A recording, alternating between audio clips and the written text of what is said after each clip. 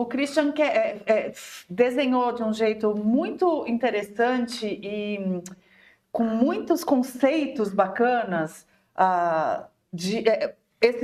essas ideias de nacionalismo, de patriotismo, de como os países interagem e como eles usam esses instrumentos para fazer política interna.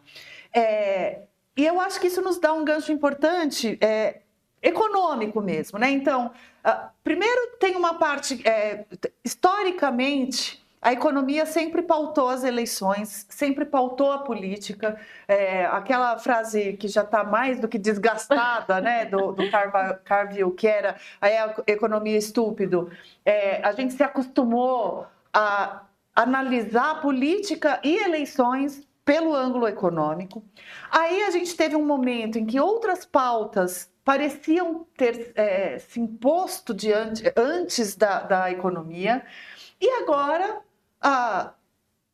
eu acho que chegamos num ponto em que as coisas estão praticamente equivalentes e misturadas. E tentando usar isso, tentando usar a economia, encaixar a economia num discurso ideológico, identitário e etc.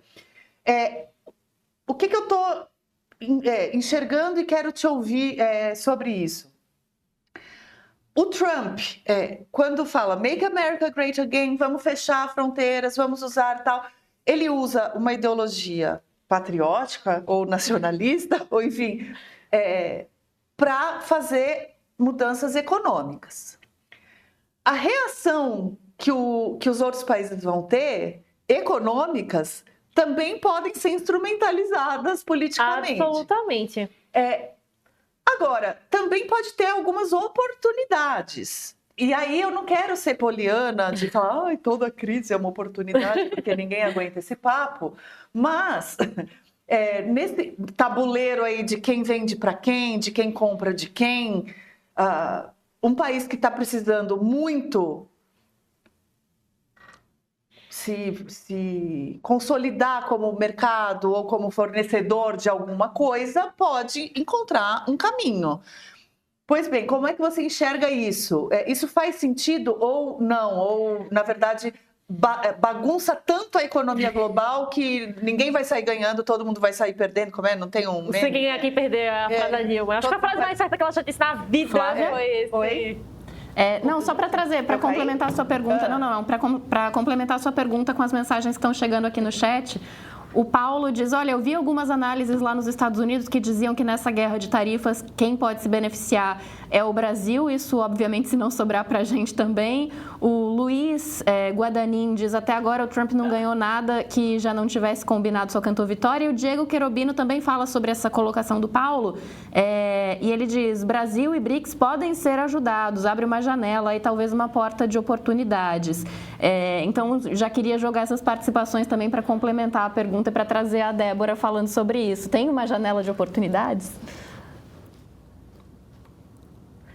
Beleza, então vocês querem que eu comece pela oportunidade ou pelos riscos? Eu começo para onde vocês quiserem. Você que sabe. Tá, oportunidades é como o pessoal já tem conversado, né? O próprio Meyer, eu perdi os nomes aí, mas um dos Meyers falou, né, que abre uma janela porque pode aproximar, de fato, tem análises que falam, olha, pode ser que ajude a dar momentum para um acordo Mercosul-União Europeia, por exemplo. Eu não estou tão otimista porque no Brasil,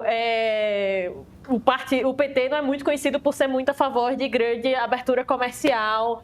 Aliás, o Brasil, de maneira histórica, inclusive na ditadura, também completamente fechado e não muito fã de abertura comercial. A gente teve uma tentativa ali de integração no governo Temer, tentando entrar na OCDE. Mas, assim, se numa tentativa de se contrapor a essa visão do Trump e a esse tarifaço do Trump gerasse uma mudança na esquerda brasileira ou no governo, dizer, não, então vamos aproveitar agora e se abrir para o mundo, eu acho que seria muito positivo, inclusive, eu ficaria muito feliz de ter, pelo menos, assim, de apesar de ter esse fechamento em alguns países do mundo, o Brasil conseguisse colocar bem atrasado aí de forma mais substancial na globalização. Então, existem algumas análises de alguns mercados específicos e que o Brasil pode sair beneficiado. Eu acho que, se não me engano, calçados era um deles, no caso da China, enfim. Então, esperar realmente para ver. Agora, quais são os riscos? O que a gente vai ficar falando, e daqui a pouco a gente vai falar de Copom, é que em mundo instável, com muita tensão, né, política e econômica, e inflação dos Estados Unidos significa taxa de juros alta lá, e taxa de juros alta lá significa taxa de juros alta aqui, principalmente considerando a questão fiscal do Brasil. Então, a gente já tem uma situação em que os investidores já não têm muita confiança na capacidade do governo de pagar as contas, que a inflação aqui já está meio alta, né? A gente passou o teto da meta no último ano. Então, a pressão inflacionária viria alta para ter maiores juros aqui no Brasil. Então, esse é o risco. A oportunidade se a gente tiver uma liderança política capaz de colocar o Brasil, fazer os acordos andarem, o que é bem complicado, e diminuir tarifas. O governo estava estudando diminuir tarifas de alimentos por causa da inflação dos alimentos. Eu fiz um artigo dizendo, se quiserem, baixa dos alimentos, baixa do resto das coisas também, que eu sou super a favor, porque daí tem um impacto relevante na inflação, mas o lobby interno também não vai querer muito concorrência externa. Então, tem essa oportunidade, mas é politicamente complicado você enfrentar os lobbies locais que não querem abertura comercial, e tem o risco, né, de taxa de juros americana subindo e, consequentemente, taxa de juros subindo aqui também. Mas, pelo que eu entendi, você analisou esse cenário mais pelo que o Brasil pode receber e pelo que o Brasil pode fornecer. Não, justamente, com os Estados Unidos taxando China, por exemplo, ou outros, e se não taxar Brasil, o mercado de calçados é um dos que a gente pode entrar. A gente vende também aviões para os Estados Unidos, e a China estava querendo entrar nesse mercado com aviões do tamanho da Embraer, né, que são esses aviões que não são Airbus nem Boeing, que chama, eu esqueci o nome técnico para isso, mas enfim, são esses aviões para aviação regional. Executivo, será? Não é o nome, eu esqueci o nome. Mas enfim, são esses aviões de aviação regional. Avião grande, pior que você avião grande, você sabe quais são, os grandões. Não, pior é que você sabe que se tem um público que é fã e que pega no pé de jornalista que erra a terminologia, de avião. Eu não imagino, eu sei, mas eu queria avião e carro. Por favor, pessoas fãs do Lito, do Aviões e Música, meu pai é assinante também, então por favor não brigue comigo, eu só me fugiu aqui o nome. Mas enfim, existem oportunidades para o Brasil, sem dúvida, e principalmente com a China sendo taxada em commodities, o Brasil tem alguma entrada aí. Mas até ser taxado também. Até ser taxado também. E, de novo, a gente não tem um histórico, o Brasil não tem um histórico de ser um país que se abre para muitos acordos. Então, enfim, se vocês quiserem ser muito otimistas, o caminho é esse, mas eu tô, honestamente, mais pessimista, eu acho. Acho que a gente vai ver coisas encarecendo aqui nos Estados Unidos e em boa parte do mundo. Agora, embora tenha mesmo esse caráter bem marcado, né, brasileiro, de ter uma economia não tão aberta, é uma coisa que você repete aqui com alguma constância. O Lula vem falando, ao mesmo tempo, ele dá sinais ambíguos, né, porque ao mesmo tempo em que ele fala de fortalecer a indústria nacional e tudo mais, e faz alguns movimentos nesse sentido, com o Alckmin ali no ministério, de benefícios, de isenções, de programas e etc. Ao mesmo tempo, ele vem sinalizando e verbalizando essa aproximação com a China, em particular, não só na diplomacia, ao que me parece, comercial também. Isso você acha que está no plano só da retórica, ou você já mapeou algum movimento nesse sentido? Olha, eu não vi nada muito concreto nessa área. Todo mundo que eu conheço que é da área de comércio internacional não está otimista. Por exemplo, durante as negociações do Mercosul com a União Europeia, Lula foi um dos que colocou entraves, falando de não, a gente só vai comprar coisa para o SUS que seja produzida localmente. Gente, se a gente quer oferecer a melhor saúde pública possível para o menor custo possível para atender mais gente, se os alemães produzem coisa melhor, a gente compra dos alemães, que isso? Tipo, sabe? Para proteger uma indústria, para proteger empresário específico, geralmente é um grupo pequeno, mas ineficiente, a gente abre mão de comércios que seriam muito vantajosos para o Brasil e para a população brasileira. Então, até agora, eu não vi nenhuma ação realmente concreta de estamos no caminho de se abrir, exceto esse boato, esse balão de ensaio que o governo soltou há umas 2 semanas sobre os alimentos. Uhum. Mas que a frente parlamentar do agro, vale dizer, já estava dizendo não, isso não vai ter impacto, para com isso, não querendo enfrentar a concorrência externa. Mas me preocupa. Mas então deixa eu te aproveitar e fazer essa pergunta, que eu acho que ela... eu fiz para o Christian a pergunta da ideologia, se nacionalismo era ideologia ou não, e ele respondeu que não, enfim, e foi desenhando isso. E eu acho que Claro que a gente está tratando do noticiário, do que é quente, mas tem alguns conceitos que às vezes se perdem na repetição e na dúvida e no confronto de ideias. Então, por exemplo, eu acho que você que vai explicar isso, mas um dos confrontos, das discordâncias políticas básicas antes de o reacionarismo voltar a tomar conta aí da conversa, era entre uma linha econômica mais liberal e uma mais desenvolvimentista. E eu vou explicar muito malemar e você vai aprofundar que a desenvolvimentista justamente tem essa ideia de proteger e fazer crescer uma indústria, uma economia interna com a ajuda do Estado e o protecionismo passa um pouco por aí, muito por aí.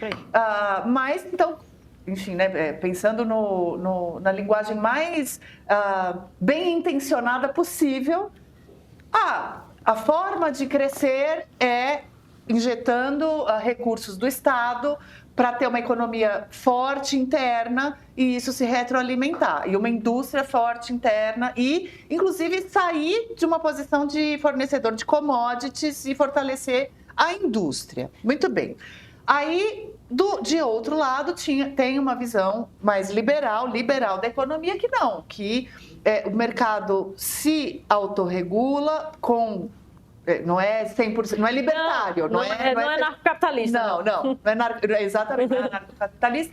Mas eu queria entender como é que você enxerga, eu sei que o teu ponto de vista é liberal, e eu queria entender como é que você enxerga essa questão do Brasil se desenvolver, sair daquela posição que a gente tem, esse clichê, né, na cabeça de oferecer só soja, só coisa...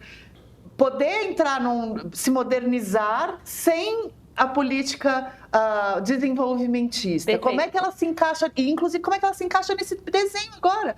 Porque você pega os Estados Unidos, país, né, liberal, não sei o quê, protecionismo. Quase desenvolvimento. Só não é a mão do Estado ali fazendo. Exato. Mas protecionista, sem dúvida. Muito protecionista. Eu queria primeiro explicar quais são os problemas do desenvolvimentismo da forma que ele foi colocado no Brasil, especificamente. Porque você pode dizer, mas não sei aonde funcionou melhor e tal, o desenho era diferente. No Brasil, a gente tem uns 80 anos de Estado colocando subsídio para a indústria automobilística. A gente não exporta carro, gente. Ou seja, não é uma indústria que é competitiva, ela vem colhendo, ela não emprega muito, porque agora já está toda automatizada. Eu acho que dá para dizer que esse projeto de desenvolvimento, ele fracassou, certo?